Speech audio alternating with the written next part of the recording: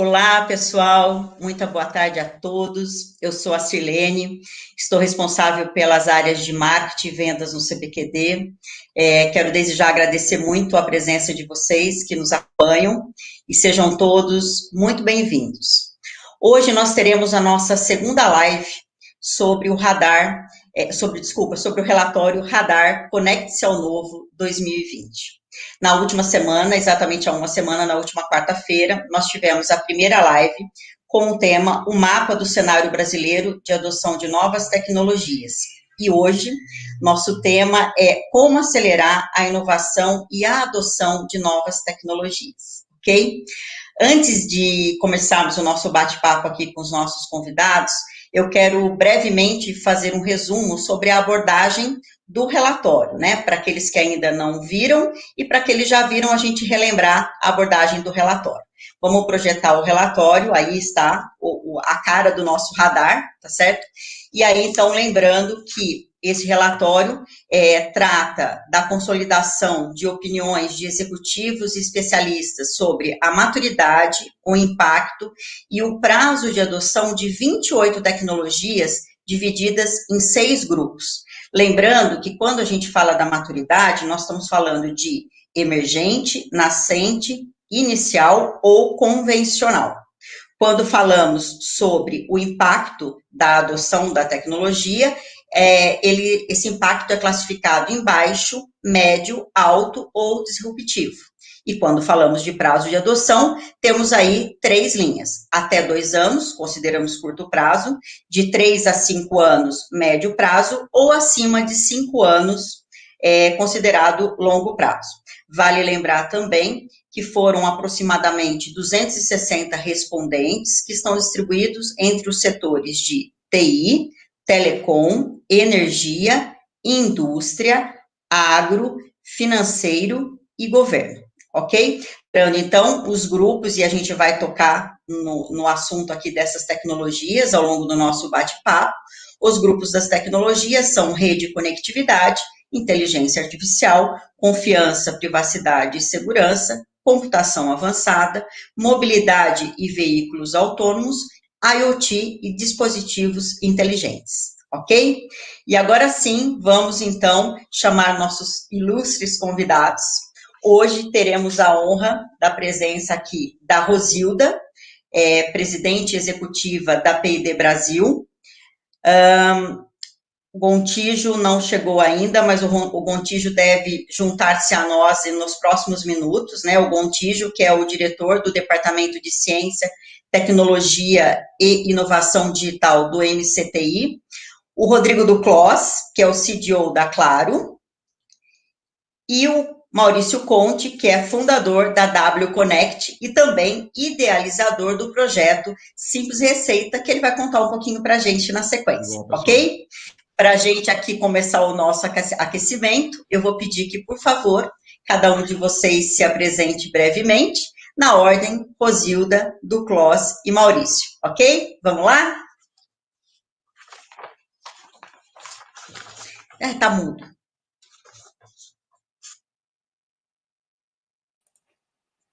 Sirlene, obrigada pela gentileza do convite, é um prazer estar com vocês aqui, com pessoas de reputação tão importante no desenvolvimento e acompanhamento desse ambiente de inovação.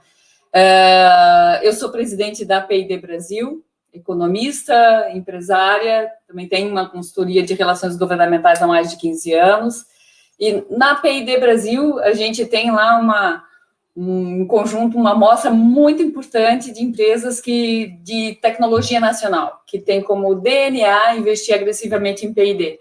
Então, espero poder colaborar de forma importante aqui para o debate. Obrigada. Muito obrigada. Duclos. Minha vez. Eu sou o Rodrigo Duclos, eu sou o CDO, o Head de Digital da Claro.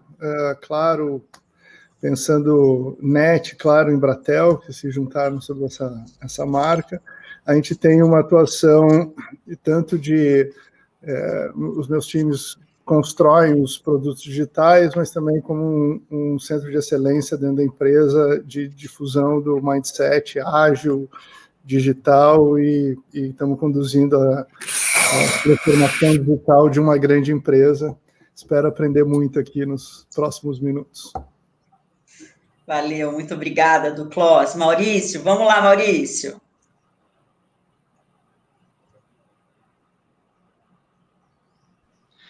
Boa tarde, gente. Queria agradecer o CPQD pelo convite. Fico muito feliz porque, como eu comentei antes, na conversa aqui antes da live, sou ex-estagiário do CPQD, faz um tempinho, na verdade, e agora, de volta a casa, fico muito feliz de estar aqui. E esse tema, com esses feras que a gente vai poder compartilhar agora aqui na live, me deixa muito satisfeito. Acho que vamos ter um bom bate-papo aí.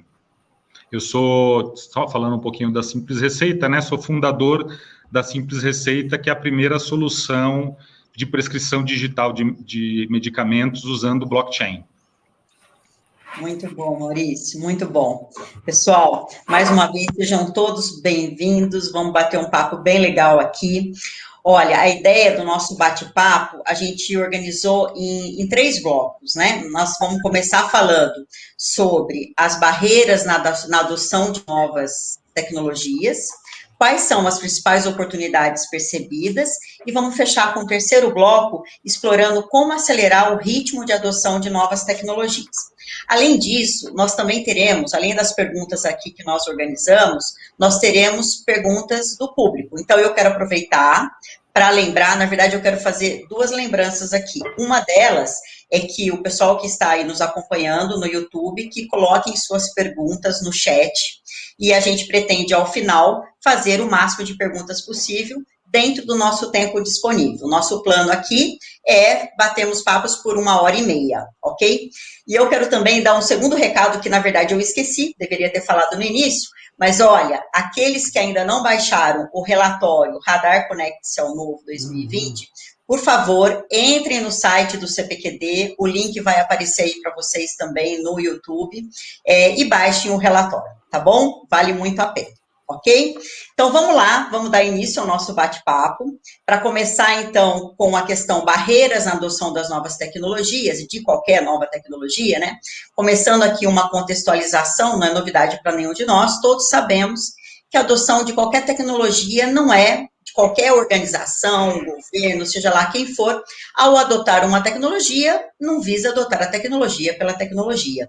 E sim, quer saber que resultados essa tecnologia pode trazer, né? Usualmente a gente pensa na tecnologia para adicionar receita ao negócio, para diminuir os custos, melhorar a produtividade e assim por diante. Na verdade, tem que ter um valor ao adotar uma tecnologia. Além disso, a gente sempre deve considerar que, como se trata da adoção de uma nova tecnologia, junto com tudo que é novo, vem as incertezas. Então, fica sempre a incerteza, e aí é a hora que a gente cria muitas barreiras, né? Que são as incertezas sobre a real efetividade na adoção de uma nova tecnologia. Além disso, acho que vale também a gente lembrar que tem pelo menos outros 2 fatores bem relevantes nessa decisão, né? Uma, é claro, o perfil da empresa, né? A gente tem lá aquelas que são mais early adopters, que são as que começam com a inovação, muito no princípio, né? Assim como a gente tem aquelas que são mais seguidoras. Perfil de setor, perfil de empresa. E, além disso, é claro, um tema que a gente pretende explorar aqui ao longo da nossa live é que se há funding disponível para investimento, tudo fica mais fácil, tá certo? Então, para começar, eu vou passar aqui a primeira pergunta para a Rosilda, por favor, que é o seguinte, olha, a gente pode observar aí na pesquisa que o setor indústria, aquele que você está bastante envolvida, especialmente aí na PD Brasil, o setor se mostrou mais conservador na adoção de novas tecnologias no curto prazo. Ou seja, sinalizaram sim a importância de novas tecnologias, mas sempre mais no médio e longo prazo. Na sua visão, que barreiras ainda precisam ser vencidas? Seja pelo setor indústria, pelas indústrias, seja pelas empresas que desenvolvem tecnologias ou aplicações que habilitam o conceito 4.0. Diga lá, sua visão. Obrigada, Sirlene. Bom, acho que a gente poderia avaliar algo mais complexo do que a adoção da tecnologia em si, como algo que dependesse apenas de uma decisão, né? Talvez o conservadorismo tenha outros pontos a serem ponderados, né? A decisão pela adoção da nova tecnologia requer, por vezes, investimentos expressivos, né, para o modelo de negócio da empresa. Como você falou, empresas de maior porte, empresas já com DNA de desenvolvimento tecnológico, inovadoras, enfim. Então, e queira ou não, há uma preocupação mais complexa e do dia a dia dessas empresas. São preocupações mais urgentes a serem trabalhadas para esse ambiente do seu métier, né, da atuação da empresa, que certamente impactam na sua tomada de decisão. As preocupações dos empresários são das mais variadas, né? Então, uma preocupação que a gente poderia trazer aqui de forma rápida.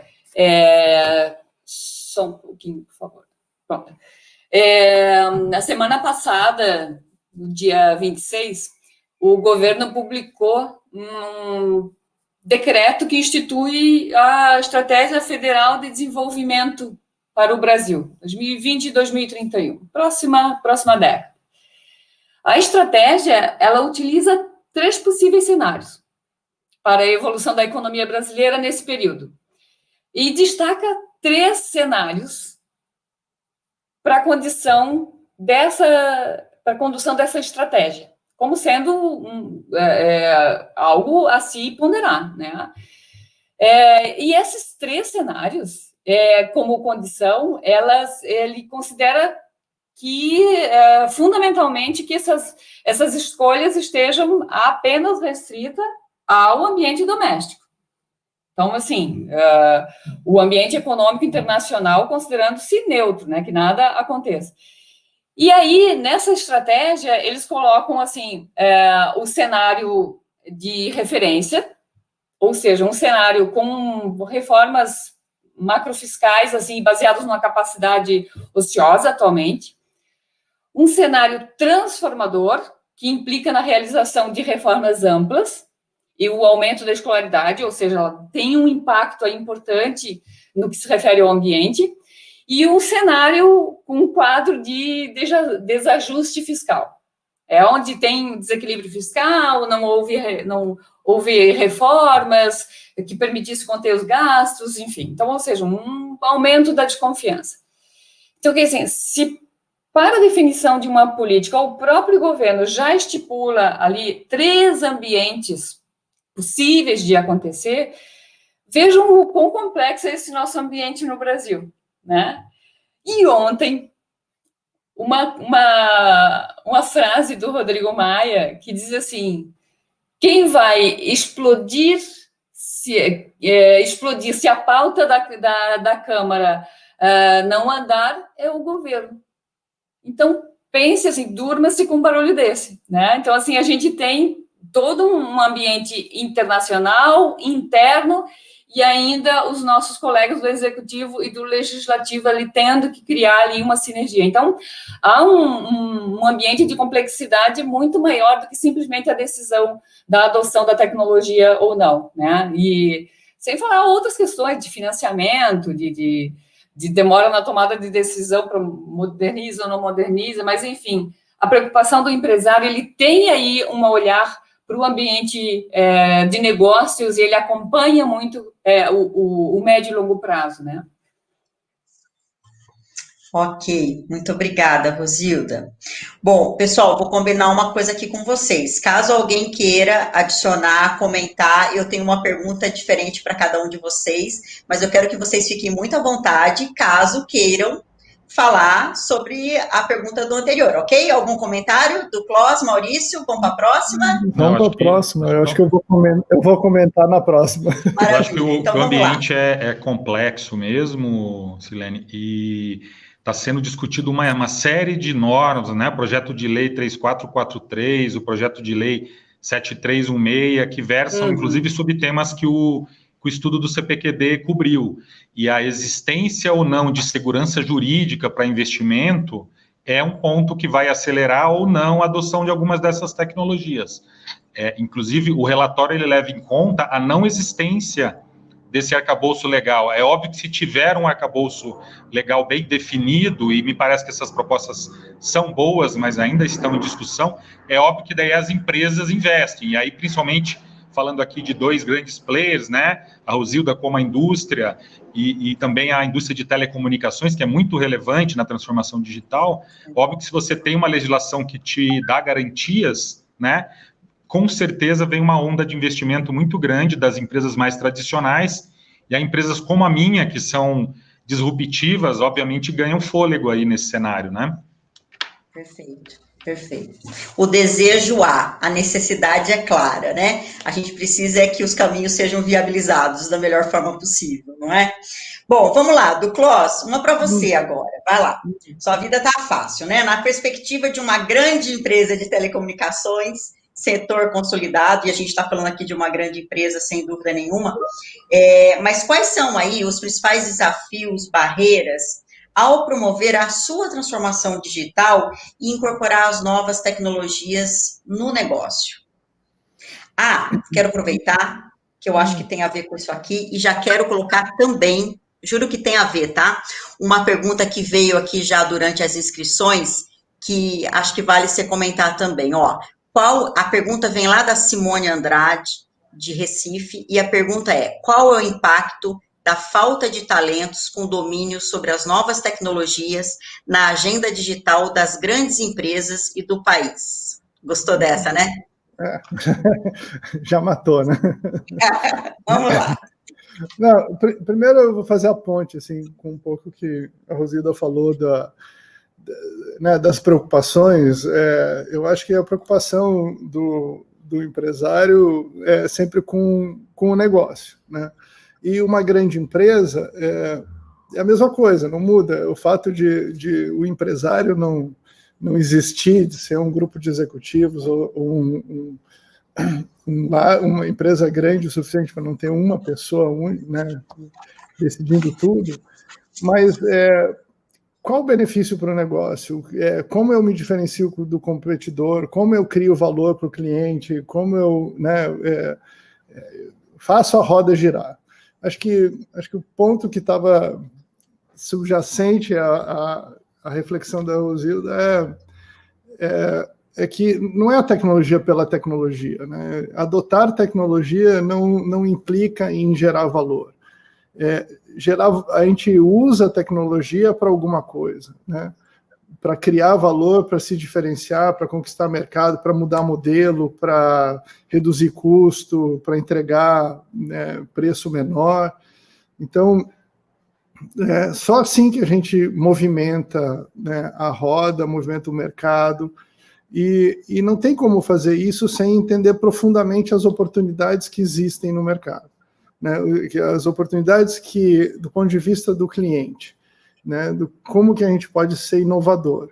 E aí vem a tecnologia suprindo essa oportunidade, esse gap, que é como eu resolvo um problema de uma forma diferente. Como que eu endereço uma necessidade que não era possível antes, né, endereçar. Ou seja, a tecnologia tem evoluído muito rápido, né, e ela está cada vez mais disponível. E aí vem o ponto do talento. Entender o problema, perceber a oportunidade, propor uma solução única, uma solução diferente, e mais que isso, não uma solução pronta, levantar uma hipótese, testar ela e aprender rápido. Eu acho que essa é a grande dinâmica que está tomando conta do mundo, né? Acho que não tem um setor que esteja imune a essa dinâmica. E para isso, não tem como fazer isso sem gente inteligente, gente curiosa, gente talentosa, né? Que queira aprender sempre, não queira parar de aprender, né? E de líderes, de gestores também, que consigam se adaptar a um ambiente desses. É um gestor que deixa de mandar e controlar se foi feito para um líder que dá coach, que inspira, que ajuda a achar alternativas, né? Que aprenda junto, que levante a hipótese e aprenda junto com os erros e acertos, né? Acho que essa dinâmica é que muda completamente a capacidade das empresas inovarem. E aí, assim, a gente adota a tecnologia, né? Porque eu acho que a gente não está mais naquele mundo, especialmente em telecom, isso era muito claro, mundo de grandes ondas tecnológicas, onde a gente adotava uma tecnologia. Hoje a tecnologia ela é uma ferramenta para criar negócio e criar valor e numa velocidade muito alta. E a gente precisa interagir com uma frequência muito grande, né? Então, aí, assim, se a gente consegue entender como usar uma nova tecnologia para criar esse valor, para resolver um problema, é onde a gente se diferencia. Então, acho que, voltando na tua pergunta, Silene, grandes barreiras, eu acho que uma com certeza, gente, né? Gente, mas talvez a principal mesmo seja a atitude. Mudar o jeito de gerir, de enxergar a organização, de conviver com risco, né? De correr risco mais pequeno, né? Muita gente fala do fail fast, né? Errar rápido, mas errar rápido e pequeno, e pouquinho, né? Não é errar rápido grande.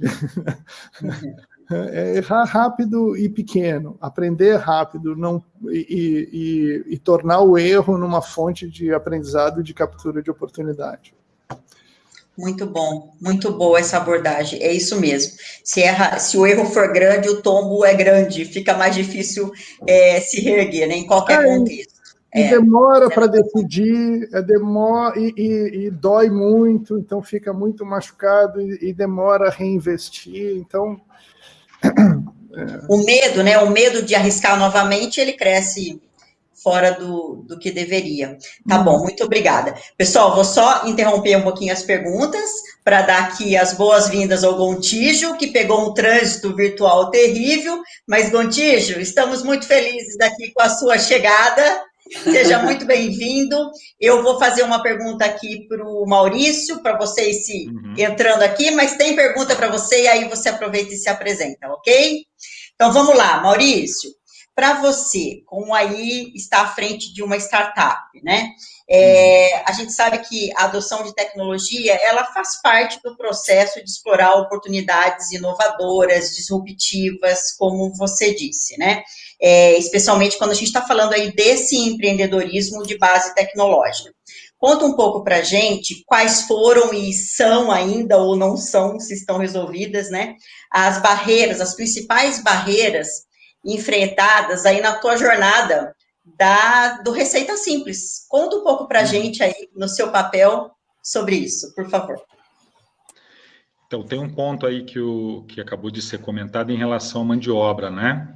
Esse é um ponto crítico, a gente está agora crescendo equipe o mercado de tecnologia, ele não passou pela crise, né? Não teve crise, ele continua muito aquecido, vai crescer alguma coisa em torno de quase 30% esse ano, né? Então, realmente está muito difícil recursos, né, profissionais. Então, um ponto a gente está tendo que buscar, por exemplo, eu estou divulgando vagas agora de desenvolvedores na Argentina. Eu sei que a Nubank abriu um escritório na Argentina e um escritório na Alemanha, né, em busca de talentos, porque o nosso negócio é muito dependente de talentos, né? Então, essa certamente é uma barreira hoje. O que precisa, eu acredito, que é mudar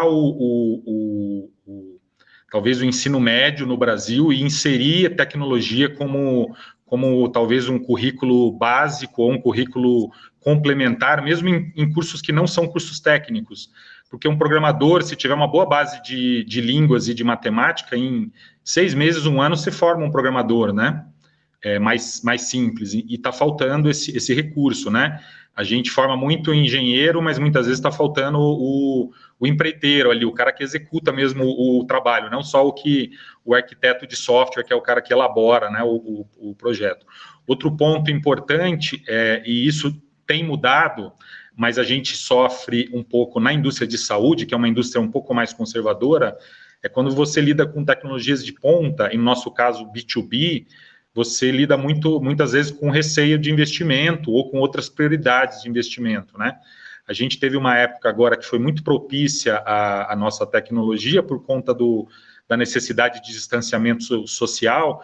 Por outro lado, a indústria de saúde está passando por um momento muito conturbado, né? Muito foco em atender os pacientes, então, em muitos casos, a adoção não acontece. Então, acho que o grande desafio para quem está fazendo disrupção e não tem uma outra fonte de receita, né, como uma grande indústria às vezes tem outras vacas leiteiras, que a gente chama, é justamente a startup encontrar os early adopters, encontrar os nichos que vão rentabilizar, que vão gerar receita para que aquele projeto possa evoluir, até porque hoje existe dinheiro de VCs, de private equity, até, vamos dizer, sobrando, tem disponibilidade de recursos hoje no Brasil, mas você precisa ter um negócio um pouco maduro para conseguir esses recursos. Então, o que eu colocaria aí como barreira são esses dois pontos aí, os recursos humanos e os recursos financeiros para você conseguir escalar essa disrupção. Muito bom, muito obrigada, Maurício. Então, agora eu vou pedir para o Gontijo eu vou já colocar uma pergunta e vou pedir, Gontijo, que você responda e já faça uma breve apresentação tua, ok? Então, a pergunta que nós pensamos aqui para você, nós estamos naquele primeiro bloco, quando a gente está falando das barreiras na adoção de novas tecnologias, ok? E aí, a ideia aqui com você é explorar um pouco a questão do IoT. Então, a gente sabe que o Plano Nacional de IoT foi essencial para mapear aí os desafios e as oportunidades do país e nortear todas as ações em curso para o tema no curto prazo. Contudo, a gente ainda acredita que não há uma massificação do IoT. E olha que no relatório nós tivemos todos os setores colocando a IoT como sendo uma tecnologia de maturidade convencional, mas ainda assim não se percebe essa massificação, né? Então, na tua visão, quais são as principais barreiras para atingirmos essa massificação do IoT? Vamos lá. É um prazer estar aqui com vocês. Para quem me conhece, eu sou José Gontijo, sou aqui diretor de Ciência, Tecnologia e Inovação Digital do MCTI, secretário de Empreendedorismo e Inovação, substituto aqui, toco aqui a Lei de Informática, PADIS, Microeletrônica, Plano de IoT, Estratégia Brasileira de Transformação Digital, Estratégia de Inteligência Artificial, enfim, todos esses sistemas digitais, né? Na minha visão, e aí eu posso dizer aqui do ponto de vista do governo, que a massificação do IoT ele é um processo que ele passa por várias verticais, né? Vão desde evangelização da necessidade do IoT, e aí o trabalho do plano de IoT, que teve a participação de vários atores aqui, inclusive Rosilda, que participou aí ativamente do CPQD na construção do plano. A partir do momento que a gente provocou a sociedade, né, ainda que o plano ainda esteja em execução, só a provocação de que isso é uma pauta que o governo iria colocar energia, o setor privado e a academia os dois começaram a colocar energia nesses segmentos, mas o grande X de tudo é que no mundo não existe nenhum grande líder de entrega de soluções de tecnologia IoT. Existem muitas tecnologias que já estão sendo implementadas, que as pessoas muitas vezes nem sabem que é IoT, mas a verdade né, só mudou de nome, e o pulo do gato o IoT ele tem que ser transparente. O IoT ideal é que o indivíduo quase não perceba a sua existência, ele simplesmente vai notar que a qualidade de vida, a prestação de serviço vai ser melhor. Então, tem muita coisa já sendo implementada, pouca coisa sendo divulgada, no agronegócio, principalmente, nas cidades ainda timidamente, mas há um desafio, um movimento muito forte para a sua implementação. Eu acredito que um dos grandes desafios, por exemplo, é a viabilidade econômica. Quando você fala em IoT voltado para, por exemplo, um carro autônomo, um carro conectado, ou indústria 4.0, o valor da escala, o valor marginal do IoT frente à escala do faturamento da operação econômica é pequeno. Mas quando você fala em milhares de sensores espalhados em postes, espalhados em medicamentos, espalhados numa série de possibilidades, quando você pensa na tributação existente, ele começa a inviabilizar, onde o custo do tributo ele é maior do que o próprio dispositivo. E você, em alguns deles, ele, como as taxas da Anatel, por exemplo, elas são anuais, todo ano você tem que pagar, e acaba que o business plan não fecha. Então, a gente apoia fortemente o projeto de lei de iniciativa do deputado Vitor Lippe, que foi recentemente relatado pelo senador Vanderlana no Senado, onde ele reduz todas as taxas da Anatel, as taxas de Ancine, voltadas para a IoT. Lembrando que essas agências já enviaram para o Congresso Nacional a previsão de arrecadação a menor desses tributos. Né? Então, não tem que se falar em violação de lei de responsabilidade fiscal, porque na PELOA 2021 isso já foi previsto. Isso, por si, não resolve a adoção massificada do IoT. Isso é um primeiro passo. O outro passo é as próprias empresas entenderem o que é o IoT, entenderem o que é essa transformação digital que acontece em cada um dos ambientes. Não é simplesmente, no caso das cidades, botar um Wi-Fi na praça. Vai muito além do que isso. É você prestar serviço de melhor qualidade, é você botar a segurança pública conectada, é você botar inteligência nos sistemas de saúde. E é um movimento que isso não acontece da noite para o dia. Se você parar para pensar, comunicações móveis, telefone celular, começou lá em 95. A gente ainda não tem 100% de penetração. Apesar da gente ter mais assinaturas de telefonia móvel celular do que população, nós não temos 100% da população que tem ainda um smartphone com banda larga. Então, é um movimento que ele é gradual, ele começa por atividades econômicas que têm uma pegada mais tecnológica, e o papel não só nosso do governo, mas também como do setor privado e da academia, é na evangelização dos efeitos positivos da adoção dessa tecnologia. No agronegócio, que hoje é 25% do nosso PIB, se você aumenta 10% a eficiência, aumentar 10% da eficiência de um processo qualquer, se você colocar tecnologia, colocar algum segmento intensivo em tecnologia, não é desafiador. Você aumentar 10% do agronegócio, você aumenta 2,5% do nosso PIB. Né? Você tem aí um impacto real na economia, um potencial muito grande. Só que se você olha detalhadamente o agronegócio, os hubs de inovação e a matriz de fonte de receita desse agronegócio, 1/3 do agronegócio brasileiro é a agricultura familiar. Essa agricultura familiar vai ter condições de implementar tecnologias 4.0? Será que eles vão ter o conhecimento de como fazer isso? Ou eles vão pensar, não, eu já estou ganhando o meu recurso financeiro aqui, meu rendimento mensal, que paga minhas contas, e eu não tenho interesse em avançar em mais tecnologia, só vou ter dor de cabeça e não vou... Então, há sim um desafio grande, não só tecnológico, mas de política, de regulação, de convencimento, de atuação aos órgãos de regulamentação para desregulamentar, tirar barreiras, que eu acho que esse é o grande desafio. Por isso que a gente implementou as câmaras 4.0, as câmaras de tecnologias digitais, para que os ambientes possam se adentrar profundamente nos desafios daquele segmento e propor soluções para eles. A regulação para a agricultura é diferente do que para a saúde, do que para a indústria. Recentemente assinamos com o pessoal do turismo, que é uma atividade econômica que foi muito afetada pela pandemia, e as tecnologias digitais realmente podem dar um ganho nessa recuperação deles. Então, você tem aí frentes que não só o governo tem esse papel, mas a atividade empresarial tem que acreditar que isso aí, de fato, vai dar um retorno eficiente, né? Perfeito, muito bom. Legal que você chegou afiadíssimo, o cara já deu uma aula aqui pra gente, muito bom, muito bom. Ó, e eu já vou emendar, indo para o segundo bloco, quando a gente vai falar aí das oportunidades percebidas, eu já vou emendar com uma pergunta para você, Gontijo, que tem a ver um pouco, é uma continuidade do que você vinha falando. Quando a gente observa o resultado aí do relatório, de forma bem interessante, o setor governo, ele apresentou uma perspectiva muito positiva para a adoção de várias tecnologias no curto prazo, indicando sempre um impacto alto ou disruptivo para o país, né? E aí, se a gente agrupa essas tecnologias, a gente está falando especialmente aí de 5G, IoT, inteligência artificial e blockchain. Tudo a sua praia. Fala um pouco para a gente o que você vê, né, na tua visão, quais são as principais oportunidades aí para esse avanço nessas tecnologias. Como eu disse, não tem líder, né? Na parte de quando você pensa na conectividade per si, você tem as grandes operadoras, você tem provedores regionais, você tem operadoras específicas para, por exemplo, para IoT de algumas tecnologias que já estão atuando no Brasil. Agora, o pulo do gato, onde não há ninguém especialista, são nas aplicações. Se você para pensar em tudo que eu falei aqui agora, tudo que você vê em vários eventos, seminários, congressos, sobre as soluções inovadoras que o 5G, que o IoT, que todas essas tecnologias podem trazer, provavelmente o grande pulo do gato ainda não foi falado.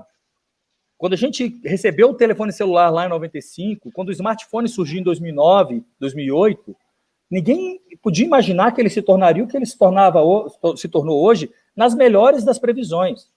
Se falava, vou mandar meu e-mail por celular. Não que a sua vida estaria no celular e você não precisaria de um notebook. A mesma coisa eu vejo para essas tecnologias.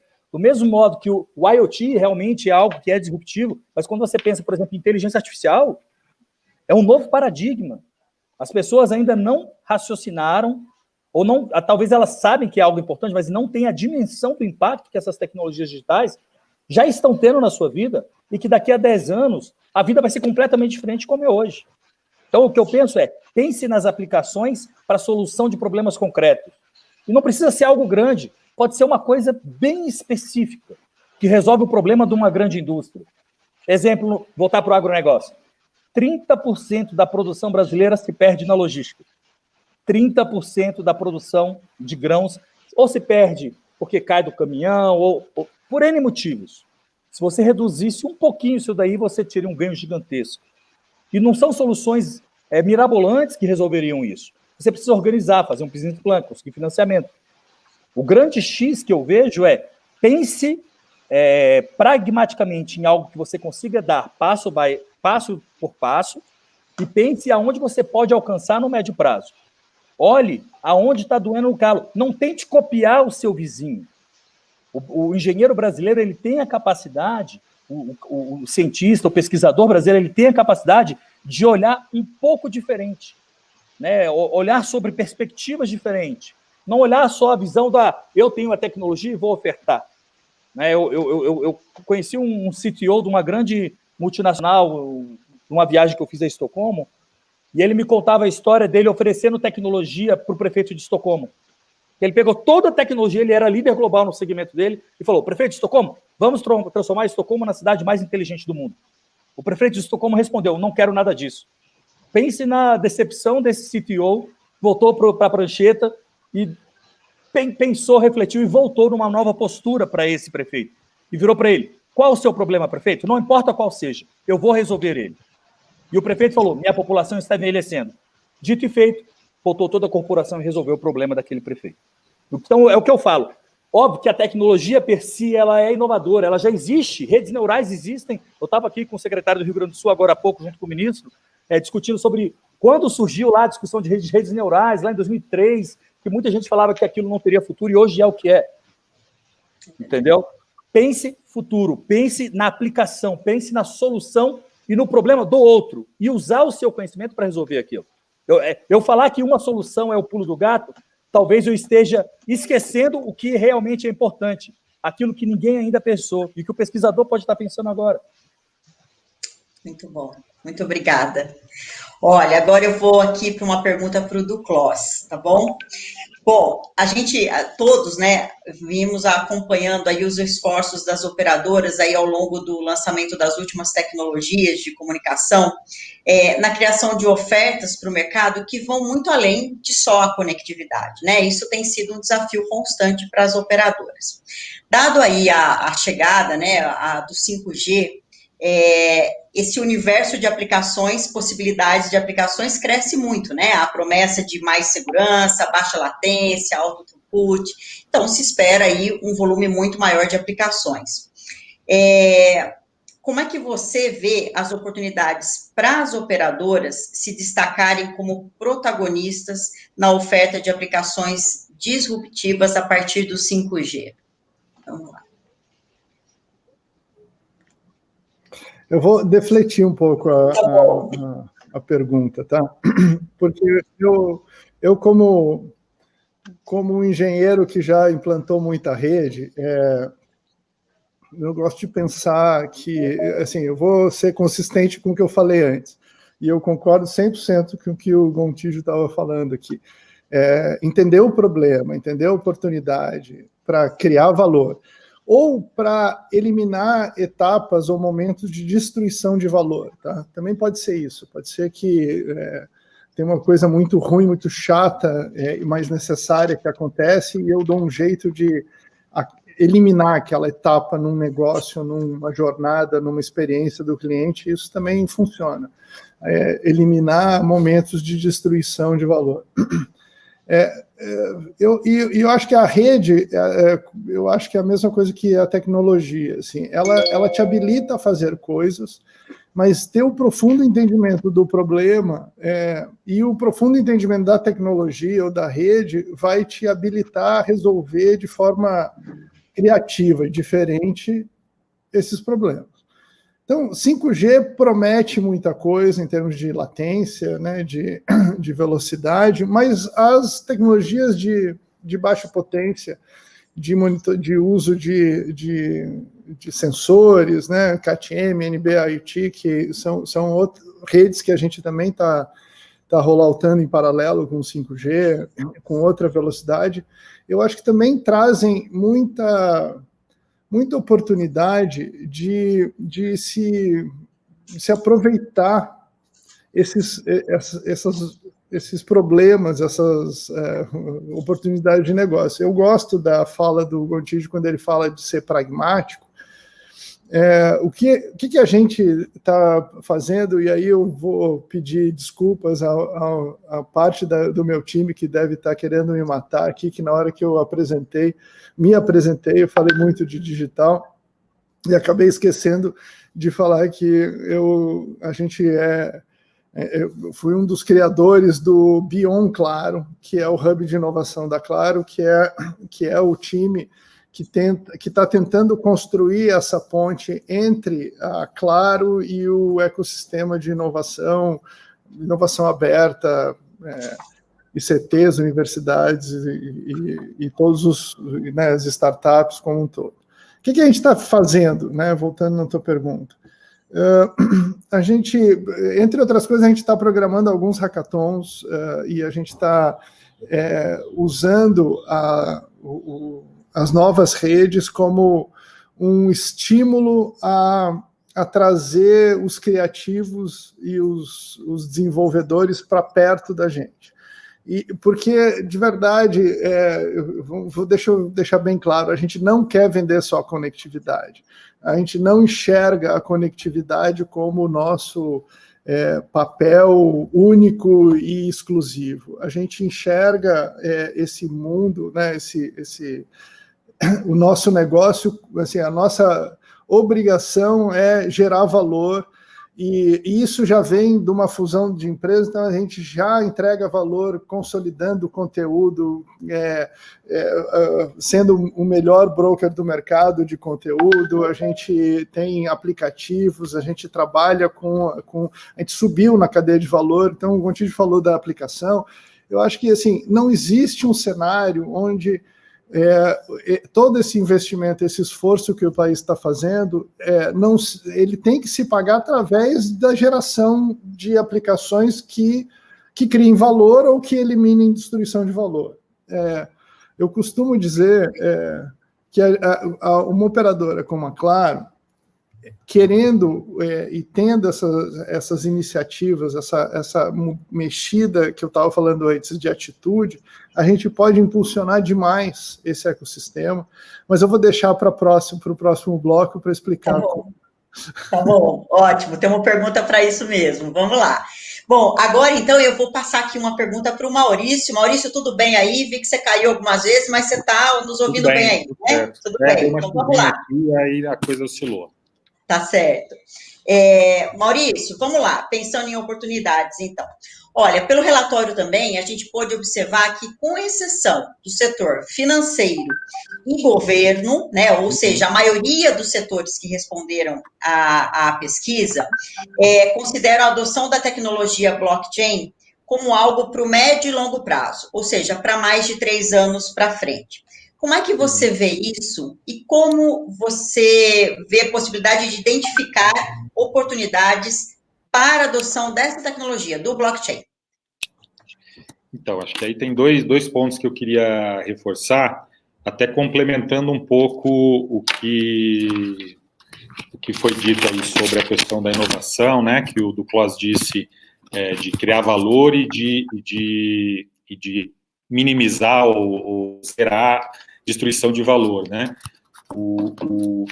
A maioria das empresas foca muito a inovação em escutar o cliente. Óbvio que escutar o cliente, suas dores, suas necessidades é um ponto extremamente relevante, até o Steve Blank baseia toda a metodologia dele nisso, né? Vai para o mercado, get out of the building e escuta o cliente, entende.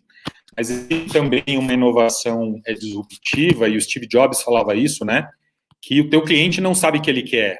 E acho que é aí que a gente vai ter que entrar dentro do segmento de saúde. Por exemplo, um cliente nunca disse, um usuário nunca disse que queria o WhatsApp, né? O WhatsApp foi um produto criado e as pessoas viram que era bom e que elas precisavam disso.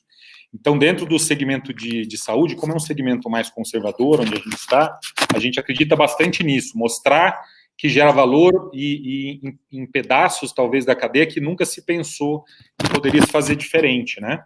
Esse é um ponto, acho que bem importante. Segundo ponto, que aí eu acho que é um viés que a pesquisa tem pelo momento que ela foi aplicada dentro do segmento de saúde, como segmento no epicentro da pandemia, né, do ponto de vista operacional, eu acredito que eles foram bem conservadores nas previsões de adoção de tecnologia, porque ali você estava meio que tentando sobreviver, basicamente, né, entregar serviço para os clientes, né, os hospitais cheios e etc. Então, a nossa visão é um pouco mais otimista da adoção de blockchain pelo segmento de saúde, por isso que nós estamos investindo nisso.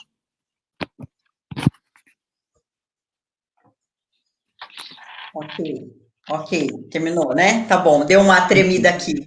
Ok, obrigada, Maurício. Bom, agora para a gente fechar esse bloco, eu coloco aqui a última pergunta para a Rosilda, na questão aí das oportunidades percebidas. Bom, ainda há quem defenda, né, ou há quem defenda que o processo de digitalização da indústria nacional, né, que nesse processo de digitalização, o Brasil será apenas um consumidor de tecnologias estrangeiras. Primeira pergunta, se você concorda com isso.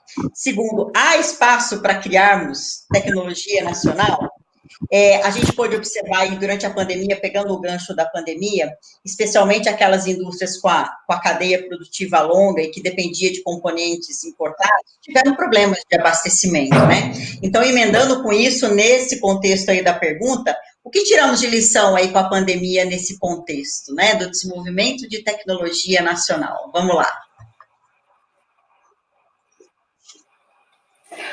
Bom, primeiro, acho que esse processo de digitalização, acho que o Brasil, ele se inspira muito em tecnologias de outros países, mas ele tem uma capacidade de desenvolvimento tecnológico bem robusta internamente, né? A gente já tem aí tecnologias importantes para a indústria 4.0, de medição de temperaturas de portas de freezers, a empilhadeiras, enfim, soluções que, como diz o Gontijo, são simples, mas que impactam sobremaneira no ambiente de negócios da indústria, né? Então, é importante que o empresário entenda, assim, o que aquele investimento, aquele desenvolvimento vai impulsionar nos seus negócios, né? Ele trará realmente resultados específicos. Acho que esse é um ponto importante, né?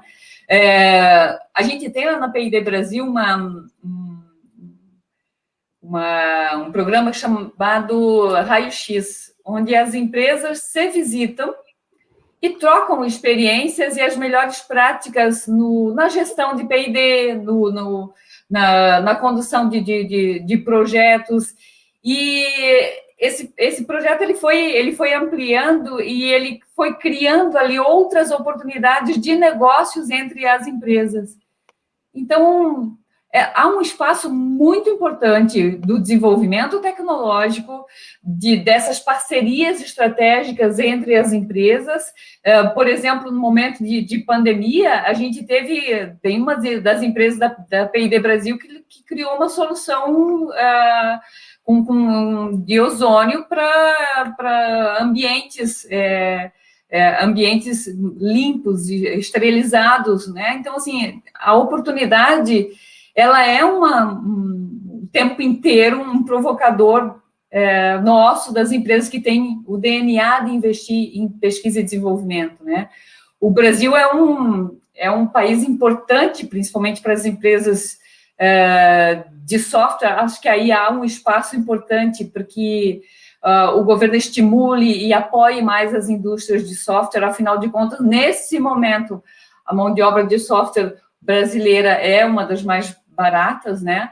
E a gente teve aqui um aprendizado importante com relação a essa questão da cadeia do fornecimento de insumos, que não adianta, se você tem nas tuas etapas do processo produtivo insumos globais, vai ter, quando há um impacto no mercado como um todo, você vai ter esse impacto dentro da tua cadeia, né? Dentro do teu ambiente de negócio. Então, quando impacta para você, impacta para todo mundo, né? Então, é importante a gente ter esse aprendizado e pensar sempre no que é o aprendizado desse momento, e não esquecer que as empresas do nosso setor, elas têm ali uma oportunidade de compartilhar experiências, e talvez a gente encurte um espaço de tempo aí importante de aprendizado e de colocar aí as nossas oportunidades de parcerias estratégicas aí como sendo uma agenda importante, né? Então, assim, se há uma lição que a gente tira dessa pandemia, olhe para o lado. Será que a gente não tem uma indústria ou uma empresa que pode ser complementar, que pode levar a minha solução para a carteira de negócios dela, né? Então, assim, acho que isso foi um aprendizado importante para que a gente se olhasse, né, mais, e que enxergasse ali o potencial de trabalharmos de forma conjunta, de enxergarmos o nosso mercado como um potencial de desenvolvimento tecnológico e de parcerias estratégicas. Muito bom, obrigada. Bom, alguém quer comentar alguma coisa aí? Agora vamos entrar no último bloco. Alguém quer comentar alguma coisa? Podemos ir para o próximo?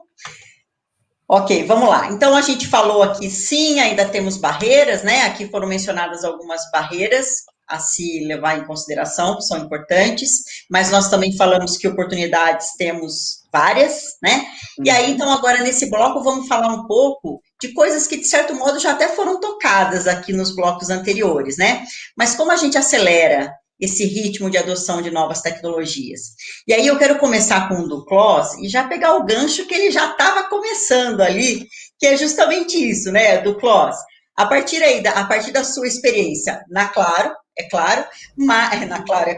mas também e especialmente considerando a tua experiência no Hub de Inovação, no Bion, como você avalia, como é que você vê o papel das startups, ICTs e academia na aceleração da adoção de novas tecnologias?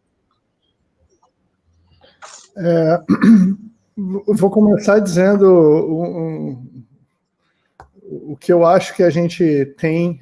A gente tem 3 grandes ativos que são muito, muito úteis para esse cenário de criação de oportunidade, de inovar usando parcerias e colaboração.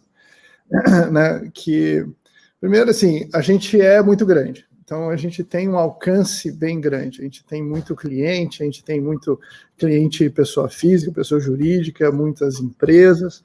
A gente está presente no país inteiro. A gente atende todas as classes sociais. Então, a gente tem uma capacidade de atingir clientes e negócios muito grande. E isso é um ativo quando a gente está falando de ter uma hipótese, refinar essa hipótese, testar ela e aprender com ela numa velocidade alta. Então, esse é um primeiro ativo que a gente tem, que eu acho que é uma grande alavanca, que em conjunto com esse ecossistema que tu falou, a gente vai conseguir alavancar muitas oportunidades. O segundo ativo que a gente ainda tem a gente tem uma capacidade de geração de caixa, de investimento, que é muito grande. É um negócio de capital intensivo, né? Fazer rede e colocar cliente para dentro dessa rede, rentabilizar, é um business que não é simples. Outros gigantes já tentaram e já viram que é um desafio grande e difícil. Então, acho que a gente consegue sinergizar parte dessa capacidade em construir oportunidades de criação de valor, geração de receita, né, e criar diferenciais competitivos. E aí o terceiro ativo que eu acho que a gente tem, assim, é fazendo uma reflexão sobre uma das maiores causas de mortalidade de startups, são startups que têm uma solução em busca de um problema, né? E uma coisa que a gente tem em grande escala, por causa do tamanho da empresa e da complexidade que é, né, esse tanto de produto, a gente tem bastante problema. Então, a gente tem muito problema, a gente tem contato com muito problema através dos nossos clientes, sejam eles as pessoas físicas ou jurídicas. Então, a gente tem esses três ativos que, em conjunto com um empreendedor visionário, com uma boa capacidade de execução, ou com a academia, né, com pesquisadores que estão na fronteira do conhecimento, que podem transformar isso em algoritmos, que podem transformar isso que a gente pode ajudar a transformar isso em software e propriedade intelectual. Eu acho que isso a gente consegue, né? A empresa tem uma capacidade de executar e de viabilizar quase qualquer coisa, né? Mas eu acho que, e aí, assim, eu faço a ponte com a primeira pergunta, que é modelo de gestão e, né, de modelo de liderança, atitude, essas coisas são as coisas mais...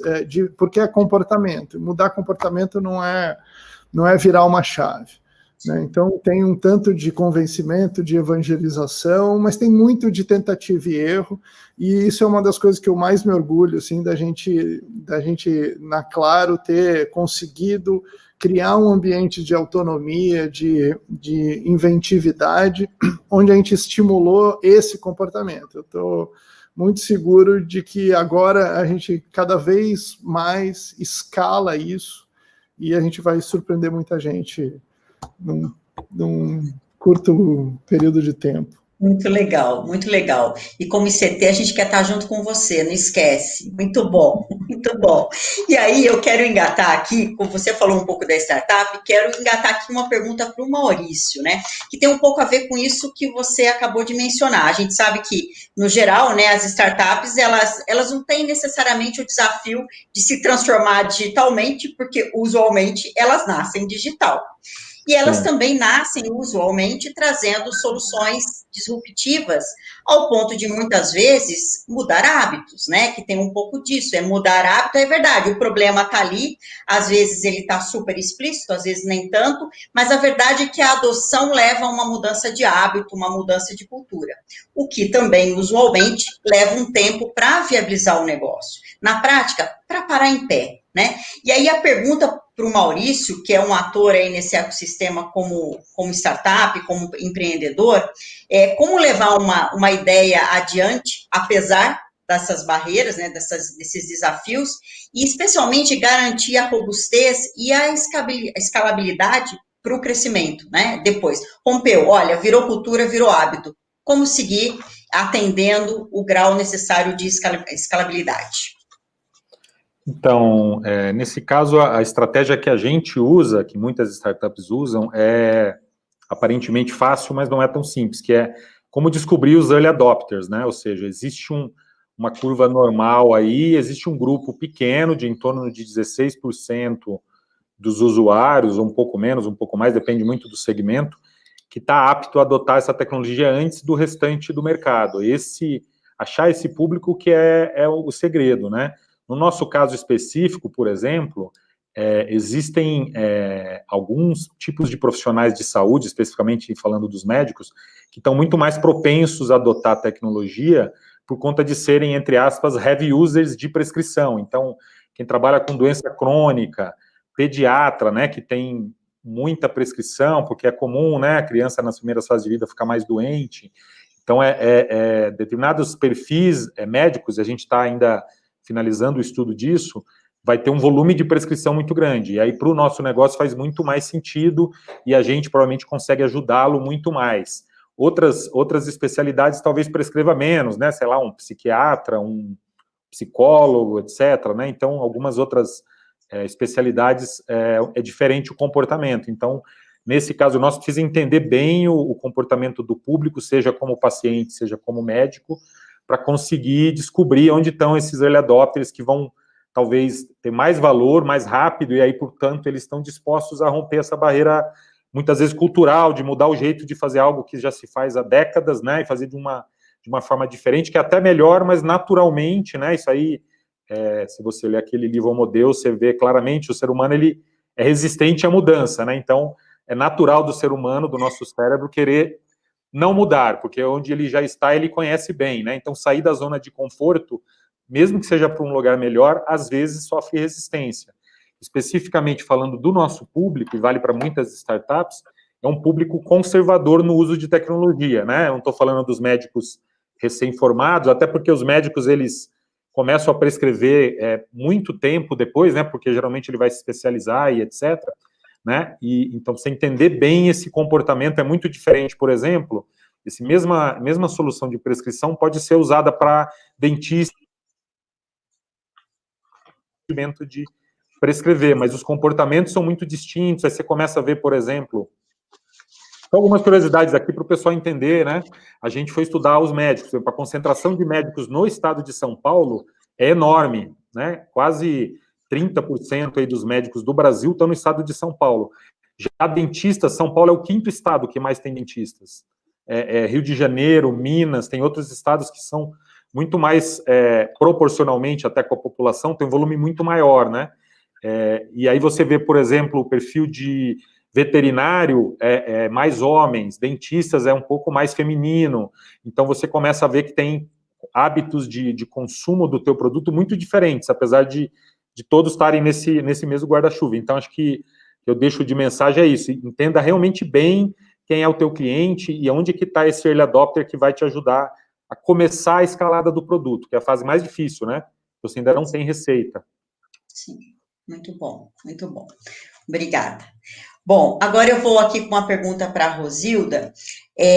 Bom, primeiro, o que você vê, né, se há ainda alguma coisa mais a ser feita no sentido de contribuir para a antecipação na adoção de tecnologias, especialmente na indústria e nos outros setores mais conservadores, que apontaram aqui no relatório, tudo acima de 3 anos.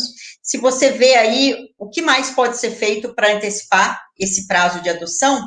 E aí eu quero muito ouvir você falar também sobre como você vê o papel aí das startups, ICTs e academia nessa antecipação da adoção de novas tecnologias.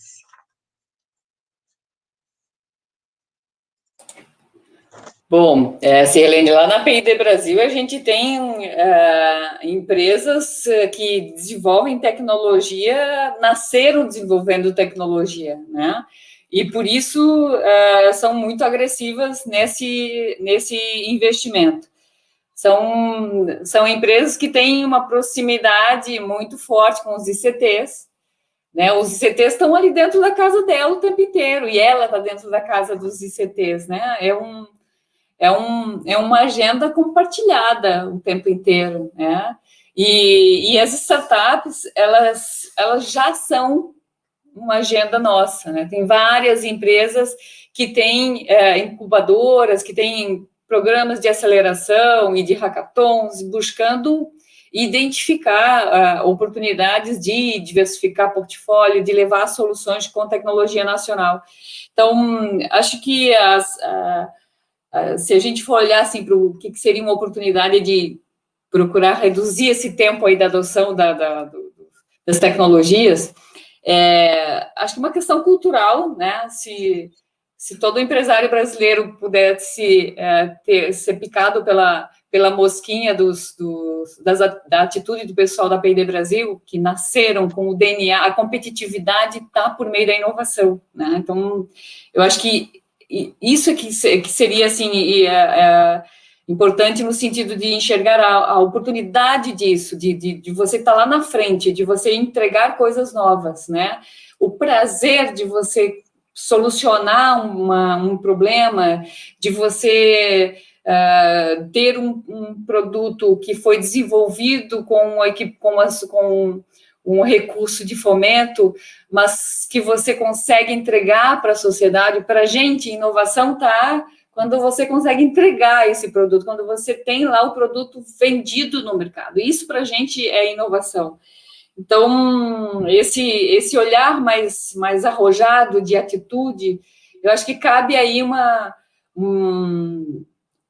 levar para os empresários essa inspiração, assim, das empresas que usam a lei do bem, das empresas que usam a lei de informática, das empresas que conversam com o governo, isso que o Gontijo estava falando das várias câmaras de IoT, de indústria 4.0, de cidades inteligentes. As empresas precisam estar lá, porque elas precisam ser picadas por essa inspiração de entregar algo novo. O Gontijo tem toda a razão quando diz IoT é quando você usa sem saber, é quando a tua vida melhora de forma espontânea. Então, assim, olha o prazer de você ser um empresário, que você conseguiu facilitar a vida de uma pessoa, né, de um deficiente físico, de um portador de necessidades especiais, ou de alguém que tem dificuldade de deslocamento, né? Então, assim, há do governo ter um olhar importante sobre... Não é razoável que a gente tenha uma inflação de 3%, uma taxa Selic de 2% e uma taxa de juros dos bancos de 12%, 15%, 20%. Esse tipo de coisa a gente precisa conversar mais com o governo, a gente precisa mobilizar as empresas para vir trazer para o governo que isso não é razoável. Eu invisto em PID, eu sou arrojado, eu coloco dinheiro lá em PID, que é um investimento de alto risco, eu coloco a minha empresa em garantia real para um recurso de investimento em PID. E aí eu tenho uma taxa no banco que é muito superior à razoabilidade. Então, eu acho que isso a gente deveria dar mais uma avaliada e as empresas trazerem para o governo quais as entraves, mas quais as sugestões de solução. Acho que esse é um papel importante das empresas, né? Bem? Perfeito.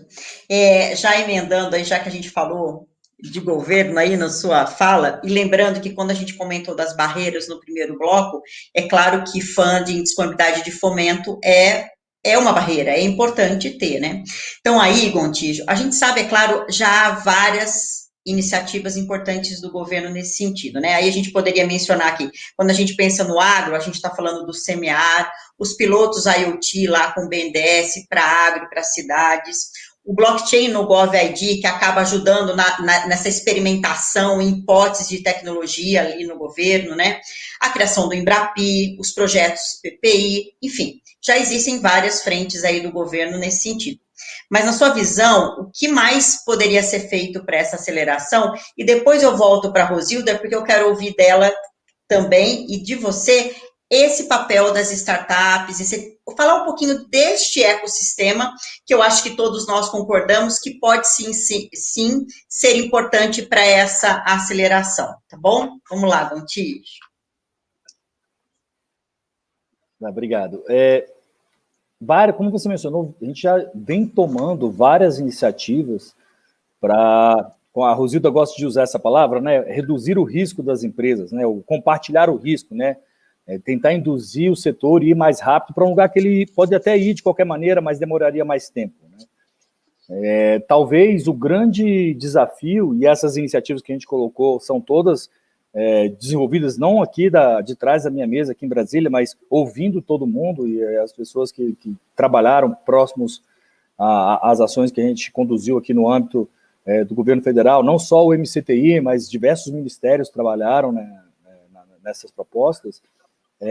Essa ação colaborativa entre os 4 setores, governo, academia, indústria e sociedade civil, construindo de uma maneira bastante serena o caminho que o Brasil precisa.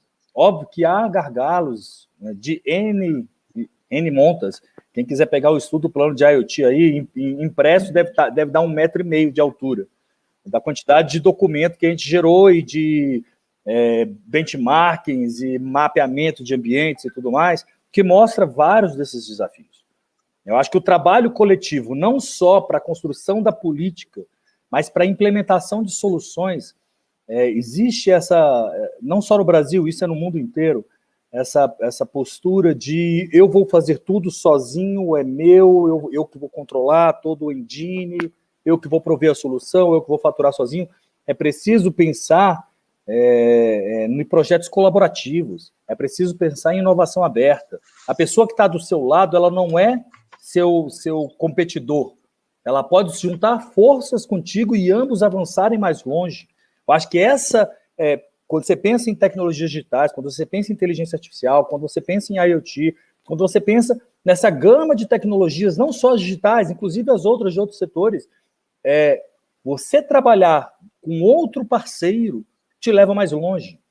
Né? Você, por exemplo, quando você pensa em inteligência artificial, você é muito bom em reconhecimento de imagem, por exemplo, mas você não tem um engine, você tem um parceiro que tem um engine, e você também não é muito bom na parte de Big Data, e você pega um terceiro parceiro, ou você tem 2 parceiros que trabalham em reconhecimento de imagem, um com uma metodologia de um jeito e outro do outro. Esse cara aqui está alcançando um índice de 70%, 75% de eficiência, esse aqui também. E se eles se unem, tem sobreposição, mas tem pontos em comum que eles podem chegar em 80%, 90%.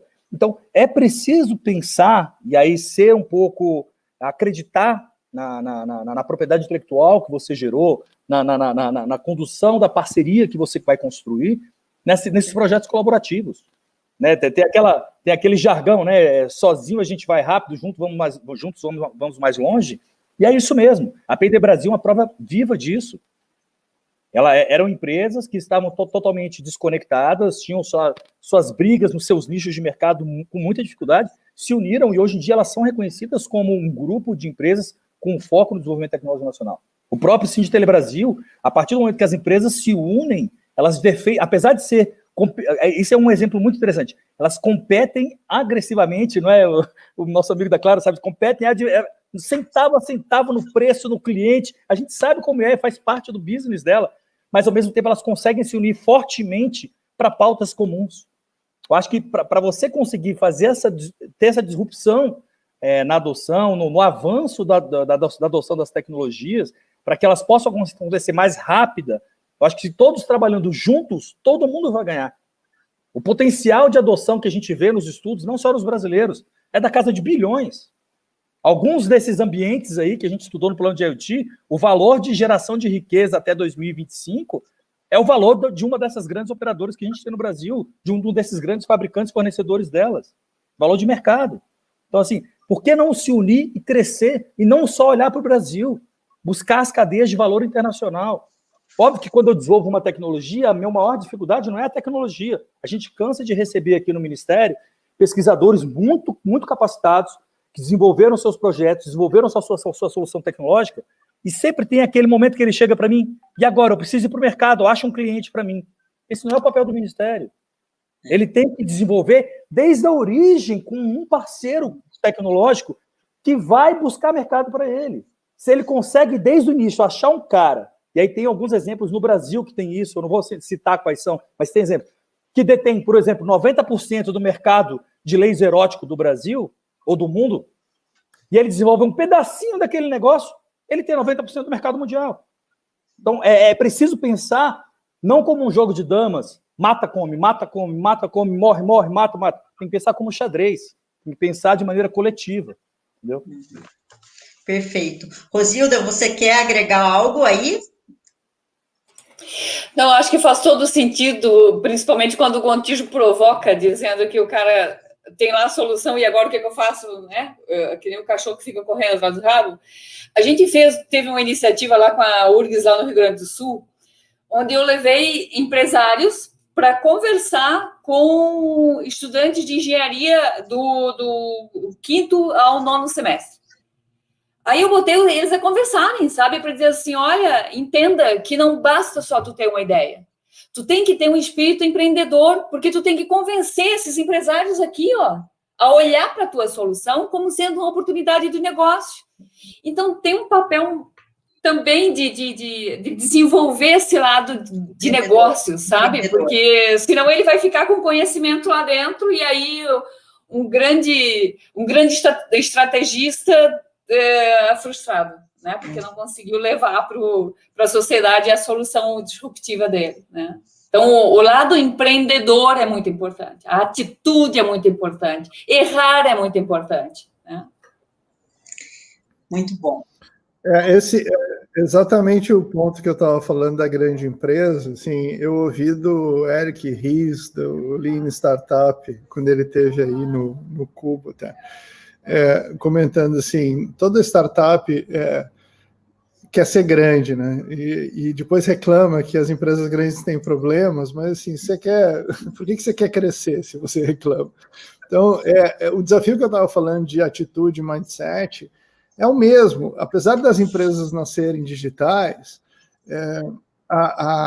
não necessariamente nascem com toda a atitude adequada ao tamanho da empresa na hora que ela cresce. E desenvolver essas capacidades, em geral, não é muito o foco, né, do ambiente brasileiro. A gente acaba separando, tem uma coisa que me incomoda muito, assim, essa separação entre a tecnologia e o negócio. Assim. O digital destruiu isso. A tecnologia é o negócio é a tecnologia. Então, não existe mais esse espaço. Ele existia quando a tecnologia era um negócio que depois tinha que escalar na era industrial. Agora que a tecnologia é parte da capacidade de aprender e evoluir, se adaptar, não faz mais sentido esse gap. Assim. As coisas têm que estar muito juntas, porque a velocidade tem que ser alta. Não cabe mais no mercado alguém saber tudo do negócio e alguém saber tudo da tecnologia. As duas coisas são muito interligadas. Muito bom. Maurício, algum comentário? Não, acho que gostei muito aí do que o Duclos falou. A startup acaba conseguindo ser muito ágil por isso, né? Tá tudo muito misturado, né? O que é tecnologia, o que é negócio, o que é disrupção, e muitas empresas essas coisas ainda estão muito departamentalizadas, né? E é um desafio, imagina, numa empresa do porte da tua, fazer tudo isso conversar junto, né? No mesmo ambiente, né? Acho que por isso até que foi criado o Hub, né? Não, assim, me permita discordar de uma coisa contigo. Eu não acho que tem que ser transparente. Porque a transparência, ela é, no fundo, uma não criação de valor. Entende? Assim, eu entendo que o teu comentário foi no sentido de estar presente em todos os lugares, mas para isso acontecer tem que ter algum benefício, algum wall que justifique a mudança, o investimento. E aí, contando um pouco da nossa experiência com o Hub, a gente entrou como um dos fundadores, não sei exatamente o nome do papel, mas a gente entrou como um dos fundadores da Plug and Play Brasil, né? E todo mundo estranhou de primeira, assim, porque a gente entrou na vertical que eles chamam de food, que é comida, né? Que eles definem como da semente até a mesa, do seed to table. E aí o pessoal, até na abertura, lá no evento de abertura, o pessoal, mas a conectividade, reclamando para variar, reclamando de algum gap de conectividade. Tá bom, mas conectividade é basicamente business case, né? Basicamente reflete a atratividade e a capacidade do país de investir nisso. Por isso que a gente está aqui, a gente quer achar jeitos criativos de viabilizar negócio e que gere dinheiro, que pague a conectividade, o investimento em software, o funding de tecnologia, a captura de talento. né, e que o benefício disso seja eliminando desperdício, ganhando eficiência, seja criando valor e melhorando a vida das pessoas, né, e que isso se pague. E por isso que eu tenho uma encrenca com o transparente. O transparente, ninguém paga o transparente, entende? Tem que ser mais que transparente. Tem que vai lá, Gontijo. Concordo com você. Não, só dizer que transparência não significa entregar o segredo industrial. Não pode. Não. O transparência é o usuário, depois que a tecnologia estiver implementada, é que nem smartphone. Funciona. Não quero saber se é release 16, 15, 12, 11. Funciona. Né? Óbvio que você oferecer um diferencial, uma aplicação, um monitoramento do seu filho, do seu cachorro, o que quer que seja, principalmente para a empresa que está vendendo o produto, isso aí você não tem que esconder dos outros, óbvio. Você tem que usar isso como marketing diferencial de competitividade, a inovação na veia. Mas no fim do dia, minha previsão é que daqui 10 anos, a gente não vai, pelo menos para isso que a gente vive hoje, né, para essas especulações de aplicações que a gente vive hoje, vai ser transparente, vai ser comum, para a gente saber onde está nosso filho e tudo mais. Né, comum, como é que fala em inglês? Tem aquele pervasive, né? Isso. Em todo lugar. Amigável, aberto. Tá presente em todo lugar. Isso eu concordo. Onipresente. Né? Onipresente, Eu acho que isso é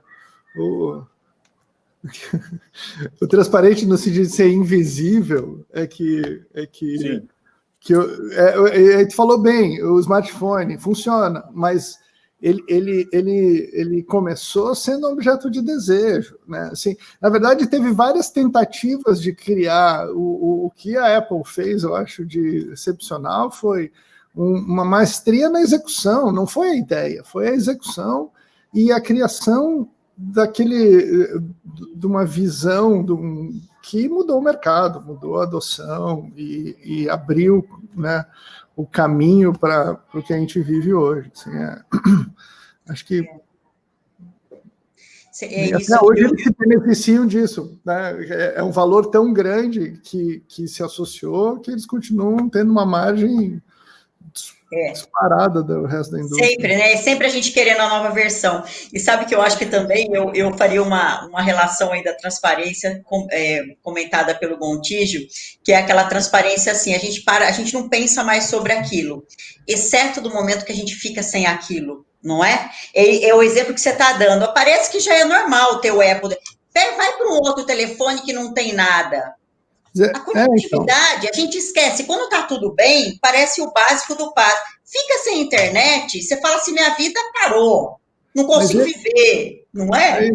Mas eu acho que eu reagi assim porque esse é o grande dilema das operadoras. A gente acabou... O serviço da operadora foi se tornando mais e mais... não transparente, mas quase. Né? E aí... E eu acho que o mercado... Com essa velocidade de adoção, ele aparece criando valor, e ele acelera a adoção de inovação, de tecnologia, justamente criando o efeito uau. Né? A Rosilda falou das parcerias, uma das coisas que a gente descobriu na Plug and Play foi alguns clientes que tinham a mesma intenção de inovar, mas nos enxergavam só como provedor de chip, de M2M, certo? E aí construir essas oportunidades, né, de como que a gente faz uma aplicação junto, vamos nós dois aqui, a gente desenvolve, a gente tem dados, vocês têm dados, o que vocês têm? O que cada um tem aqui, como é que a gente constrói isso? Então, esse tem sido um exercício muito interessante. Muito bom, muito bom.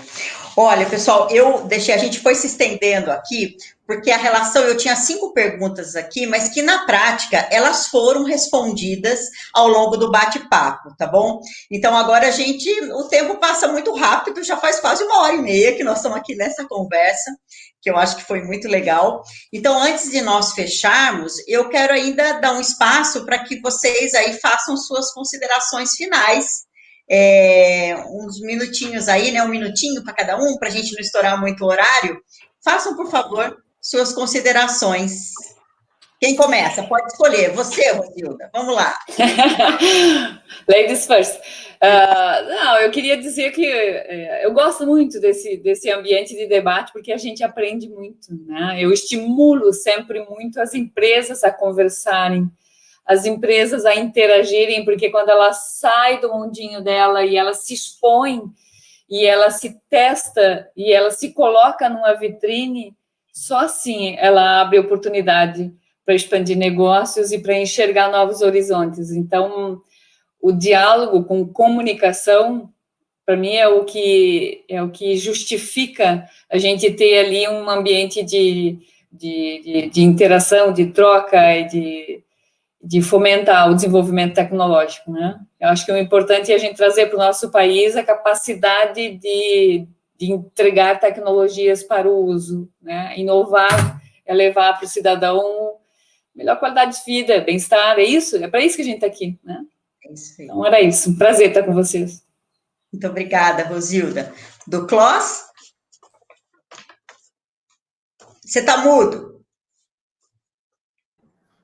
Já falei bastante aqui, mas já atravessei um pouco, mas deixa eu só comentar, assim, eu gostei do comentário da Rosilda, assim, a gente tem feito isso, a gente tem feito eventos, meetups, a gente abriu né, a sede da Claro quando podia, agora a gente está fazendo online, para receber gente e conversar, né? Tem visitado universidades, centros de pesquisa, a gente tem construído, a gente tem um programa muito legal com o LISP da USP, que incentiva empreendedorismo ainda na graduação, até 2 anos de graduado, chama Campus Mobile, que é uma experiência riquíssima, assim, de estimular empreendimentos. A gente tem usado isso para exercitar a nossa capacidade de fazer pitch, de interagir, dar coach. Então, eu concordo, assim, mas não é uma coisa natural, requer um esforço, mas eu acho que vale muito a pena. Isso aí, com certeza. Muito obrigada, do Clos. Maurício?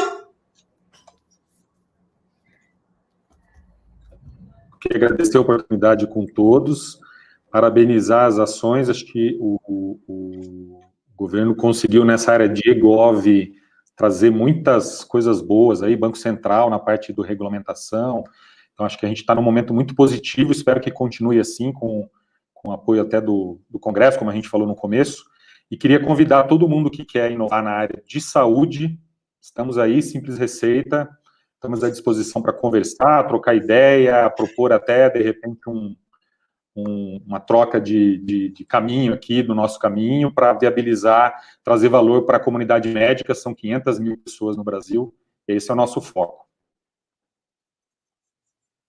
Ótimo, muito obrigada. Gontijo, suas considerações finais. Queria agradecer a todo mundo, né, e acho que foi ótimo o bate-papo, concordo com a Rosilda, acho que sempre é muito bom debater e ouvir as opiniões e a partir daí moldar as nossas convicções e evoluir elas, né? A gente nunca deve ficar parado. E aí eu lembro na Futuricom, acho que 2013, 14, se não me engano, que o WhatsApp já tinha virado o que virou, foi bem naquela época ali que a parte dos SMS estava uma confusão nas operadoras, e naquela época eu já falava de IoT. Né, e naquela época eu dei uma provocada, virei para, não só para as operadoras, para os fabricantes em geral, né, para a indústria instalada no país, não só de serviço, mas de tecnologia também. Vocês vão deixar novos WhatsApp surgir e pegar a oportunidade? Ou vocês vão usar o capital que vocês têm presente hoje no Brasil e vão desenvolver as aplicações para poder entrar nesse mundo digital de maneira competitiva? E aí eu sinto orgulho de dizer que muitas empresas conseguiram ter essa abordagem, né? Óbvio que tem umas que não, e fatalmente algumas já até deixaram de existir ou foram adquiridas, mas certamente a gente já, aqui, nós, pelo menos aqui do ponto de vista do governo, a gente consegue visualizar certamente aquela que está na liderança, aquelas que se prepararam melhor. E o que eu posso dizer é, continuem nesse caminho. As que não começaram ainda, corram, porque já tem muita gente na frente de vocês. Obrigado. É isso aí, é isso aí. Pessoal, mais uma vez, muito obrigada. Em nome do CPQD, em meu nome, foi muito legal essa nossa 1h30 aqui. Muito obrigada por compartilharem conosco conhecimento, experiência, opiniões. O bate-papo é isso aqui mesmo, do Close, isso que é legal, é colocar assim cada uma a tua pitada. É isso tudo que vai fazer a diferença, não é? Que tudo isso que a gente conversou aqui. Então, assim, olha, muito obrigada, viu? Obrigada mesmo, foi uma honra tê-los aqui conosco, ok? E a todos vocês que estiveram nos acompanhando até agora, nessa transmissão, nessa 1h30, eu quero agradecer muito a participação de vocês, quero aproveitar também para agradecer a todos que responderam à nossa pesquisa do Radar Conecte-se ao Novo 2020, sem a participação de vocês, não seria possível concluir esse projeto tão legal e que nós realmente acreditamos que pode ser um material de muito valor para o Brasil, para esses empreendedores, para os setores, enfim, para todos que responderam e aqueles que responderem, por favor, baixem o relatório, olhe, tem muita informação legal lá. Muito obrigada e vocês já estão convidados para responder a pesquisa de 2021. Aguardem, teremos o Radar Conecte-se ao Novo 2021 com certeza, ok? E ainda, como convite, quero avisar desde já, daqui a pouco a gente vai estar fazendo as devidas publicações, mas a nossa próxima live será no dia 18 de novembro, às 17 horas, como foi hoje, e é um outro tema, não falaremos do radar, mas igualmente falaremos de um assunto bastante recente e relevante. O nosso tema no dia 18 será o PIX, o novo sistema de pagamento instantâneo. Então, é o PIX com os desafios de combate à fraude. E nós vamos discutir como o mercado financeiro está se preparando para esse combate à fraude, ok? Espero vocês lá. Mais uma vez, muito obrigada. Uma excelente noite para todos e até breve.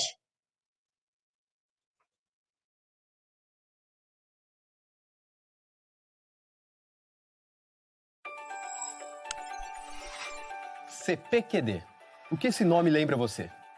Provavelmente você respondeu inovação ou tecnologia, não é mesmo? Afinal, inovar é o que a gente faz há mais de 40 anos. Tanto que se você olhar bem de perto, tem um pouco de CPQD em todo lugar. Quer ver? Se eu preciso falar com uma loja, sou atendido por um robô que ajudamos a criar. E ele entende tudo que eu falo. Olha só. Qual a data de vencimento do meu boleto? Quando ele transforma isso nisso aqui, é tecnologia nossa. Seu boleto vence no dia 21. Nós também ajudamos a fazer com que tudo isso funcione do mesmo jeito, por telefone, no chat, no Facebook e por SMS.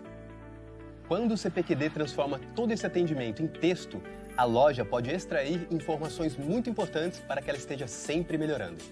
Bom, agora que eu já falei com a loja, eu posso fazer minhas compras com tranquilidade. Afinal, com a solução do CPQD, é possível identificar e prevenir transações que eu não autorizei. E outra, para finalizar minha compra pelo celular, eu precisei da cobertura de internet, não é mesmo? Pois é, com a nossa tecnologia, a minha operadora sabe exatamente onde tem cobertura ou não. Quer saber onde mais tem CPQD? Quando estou no meu carro e pago o estacionamento ou o pedágio automaticamente, é a nossa inovação que faz com que essa transação seja cobrada corretamente. E no trabalho? Será que os gastos com telecom estão sendo bem investidos? Simples. Os especialistas do CPQD dão a resposta. Outra preocupação. Será que a operadora de saúde que foi contratada está preparada para combater perdas e desperdícios? Com tecnologia, elas podem fazer auditorias inteligentes. Que empresa não precisa inovar? Com a gente, você aproveita as tendências das tecnologias mais recentes com soluções feitas para o seu negócio. E quem vai testar seus novos produtos e validar a conformidade? Você já sabe. Sem contar que também estamos dando o maior apoio ao uso de internet das coisas com uma plataforma aberta onde qualquer pessoa pode experimentar. Isso é CPQD. E tudo isso é possível porque buscamos ser protagonistas nas tecnologias que podem transformar o mundo. Apostar na tecnologia é estar conectado. Vem com a gente. Conecte-se ao novo.